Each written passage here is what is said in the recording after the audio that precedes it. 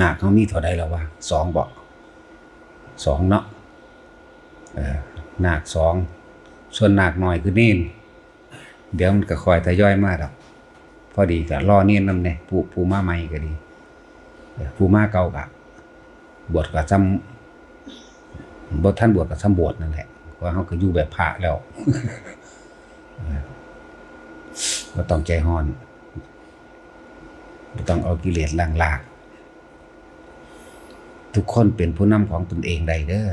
ตอนเฮาเกิดเฮาก็เกิดเฮาบ่ฮู้ด้วยซ้ำว่าเฮาเป็นผู้นำตนเองมาเกิดด้วยตัณหาคือความอยากอุปทานคือความยึดในอารมณ์ความรู้สึกที่พอใจในความปรารถนาความสุขความอยากได้อยากดีอยากมีอยากเป็นนั่นแหละว่าทุกคนที่นี่เมื่อมันเกิดมาแล้วมันเลือกบ่ได้แล้วแต่มันก็เลือกกระทำได้ในปัจจุบันนี่แหละคือจะได้ยินหลายๆคนว่าเลือกเกิดบ่ได้ความจริงเลือกเกิดได้เลือกแต่มื้อนี้เป็นต้นไปเลือกบ่เกิดก็ได้เลือกเกิดก็ได้เลือกไปเป็นหยังก็ได้ฉะนั้นทุกคนเป็นผู้นำของตนเอง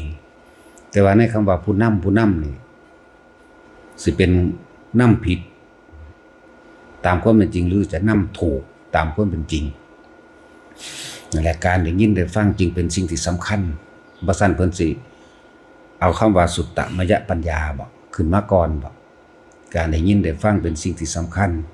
เมื่อได้ยินได้ฟังแล้วสุตตมยปัญญาพิจารณาโดยใจโดยแยบคายเพื่อให้เห็นตามความเป็นจริงให้ย่างกระจ่างแจ้งให้รอบรู้จนว่าหาหม่องฟิวบ่ได้ในตนเองแหละหาที่รั่วไม่ได้ในตนเองจึงเรียกว่าสุตตมยปัญญาการได้ยินได้ฟังจึงเป็นเหตุให้เขานำเข้ามาใส่ใจ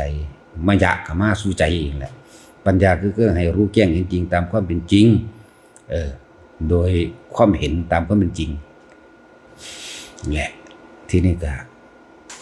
ขึ้นอยู่กับการพิสูจน์ตัวเองเท่านั้นเอง ทุกคนเลือกที่สิเป็นหยังก็ได้แม้กระทั่งเป็นพระพุทธเจ้า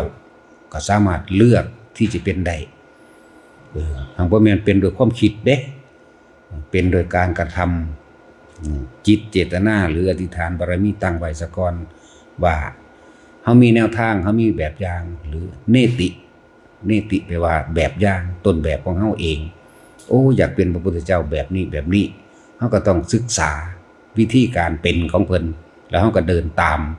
นี่แหละจึงบอกว่าทุกคนนั่นน่ะเป็นผู้นำของตนเองได้เฮาจะเป็นพระสาวกแบบพระโมคคัลลาภาษาลิบุตรเฮาก็ศึกษาของเพิ่นแล้วก็กระทำตามเพิ่น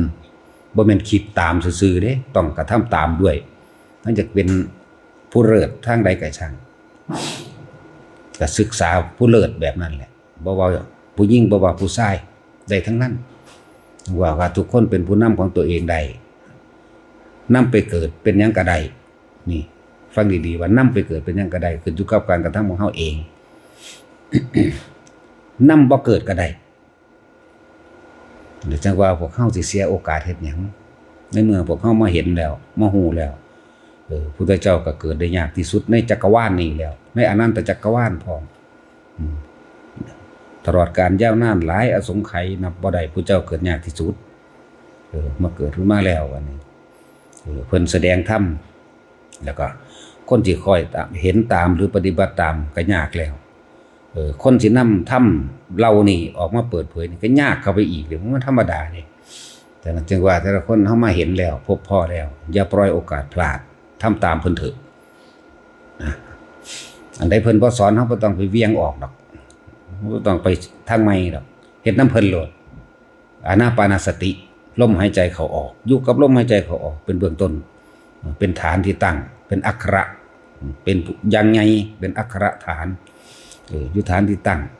ฐานคือลมหายใจเข้าออกเพื่อให้เกิดจิตตั้งมั่นคือสมาธิเมื่อมันเป็นจิตตั้งมั่นเป็นสมาธิแล้วอย่าหนีจากฐานนี่เฮ็ดอยู่แค่นี้แหละต้องมีอย่างมากเป็นวิธีที่ง่ายเหมาะสมกับทุกคนเลือกได้เลือกที่กระทำได้และวิธีนี้ก็คือสามารถทำได้ตลอดการทุกเมื่อบ่เลือกเวลานั้นเวลานี้บ่เลือกสถานที่พร้อมพอที่ภาวนาดีที่สุดคือกายกับใจเฮาเองเนี่ยกายเวทนาจิตธรรมทั้งหลายสิรวมอยู่ในใจเฮานี่แหละกายเวทนาจิตธรรมก็ดีบ่เลือกเวลาดอก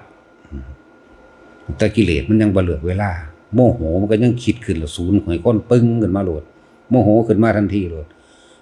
เวลามันสิระงับความโมโหระงับความโลภระงับความโกรธมันก็ต้องระงับได้ให้มันทันกันวิธีเพิ่นก็บอกเฮาไว้แล้วลมหายใจ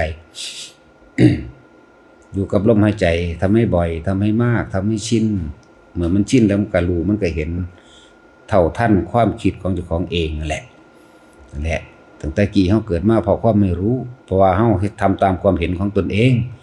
จึงบอกว่าทุกคน ตกอยู่ใต้อิทธิพลของความคิดของเจ้าของเองมันก็คิดผิดทั้งนั้นแหละมันจึงเที่ยวเวียนว่ายตายเกิดอยู่เพราะฉะนั้นถ้าคิดถูกมันบ่มาจังซี่ดอกนั่นแหละแห่งว่าให้แต่ละคนเลือกกระทำด้วยตัวเองแนวทางเพิ่นก็สั่งสอนไว้แล้วบัญญัติไว้แล้วบอกทางไว้แล้วยังว่าอย่าปล่อยโอกาสเด้อพยายามอยู่กับลมหายใจให้มากเมื่ออยู่กับลมหายใจแล้วอุณาโลมมันเกิดหรือปิติมันเกิดก็จับปิติกับลมหายใจคู่กันต่อมามันก็เคลื่อนเป็นของมันเองดอกมันก็ไหลเข้าสู่อยู่ในฐานที่แต่งแห่งจิตหรือทำความรู้สึกตัวทั่วพร้อมรู้สึกตัวอยู่ในกาย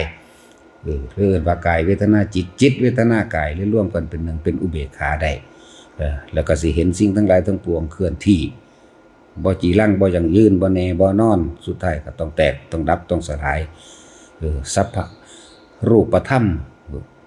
มารูปหรือรูปธรรมทุกอย่างเกิดแล้วก็แตกดับตายเฮาเห็นมาเบิดแล้วนะนามธรรมคือจิตเฮานี่แหละมันก็ยังบ่คิดอยู่อันเดียวมันยังบ่แสอยู่อันเดียวมันบ่คิดแสอยู่อันเดียวเบิดมือเบิดเว้นเด้นี่ถ้าเฮาตั้งต้นรูปกับนาม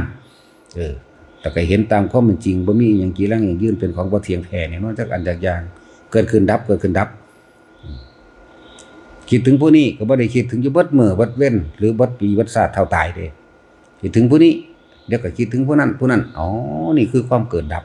อ๋อนี่คือความบ่จีรังอย่างยืนนี่คืออนิจจังคือเพิ่นว่านี่บ่ควรเข้าไปยึดให้มาเป็นอารมณ์แต่เฮาคิดเฮานึกเฮาปรุงเฮาแต่งไปแล้วก็เกิดอารมณ์นั่นแหละพบเป็นแบบนั้นคือความรู้สึกเฮาเองฉะนั้นพยายามอยู่กับการทรงฌานเจริญฌานเป็นเครื่องอยู่ของความคิดบ่ให้มันคิดไปทางใหม่บ่ให้มันคิดไปออกนอกกายถ้าว่าคิดไปทางใหม่เฮาสิบ่เข้าใจบ่ให้มันคิดถึงบุคคลสัตว์สิ่งของเรื่องราวต่างๆดินฟ้าอากาศอดีตสัญญาความรู้สึกเก่าๆเรื่องราวเก่าๆเพื่อให้มันอยู่รู้ทันในปัจจุบันนี้เองปัจจุบันคืออุณาโลมปัจจุบันคือลมหายใจก็ได้ทั้งหมดนั่นแหละว่าตั้งแต่จะหนีออกจากกายปัจจุบันคือลมหายใจเข้าออกปัจจุบันทั้งทำความรู้สึกตัวนี่คำว่าปัจจุบันคนเฮาคิดนี่คิดถึงอดีตอนาคตบ่ทันได้เกิดเด้อคิดถึงอดีตโดยอยากให้มันเป็นแบบนั้นแบบนี้นั่นคืออนาคตอยากให้มันเป็นอยากได้บ้านหลังนี้เด้หุ่นมันไปจำไว้แล้วเฮาไปเบิ่งรูปภาพเอาไว้โหงามแท้กูอยากได้เด้บัดนี้มานั่งคิดบัดนี้นั่นคิดถึงรูปภาพที่เฮาอยากได้กูอยากได้บ้านแบบนี้เด้ปี2ปีก็สิบ่แล้วอยู่บ่นั่นแหละจึงบอกว่าอดีตกับอนาคตคือสิ่งเดียวกันคือเกิดถ้าอยู่ในปัจจุบันมันบ่เกิดดอกความคิดเฮาบ่ไปปรุงไปแต่งบ่ไปสร้างภาพบ่ไปจินตนาการจิตมโนวิญญาณจิตธรรมดามันว่าง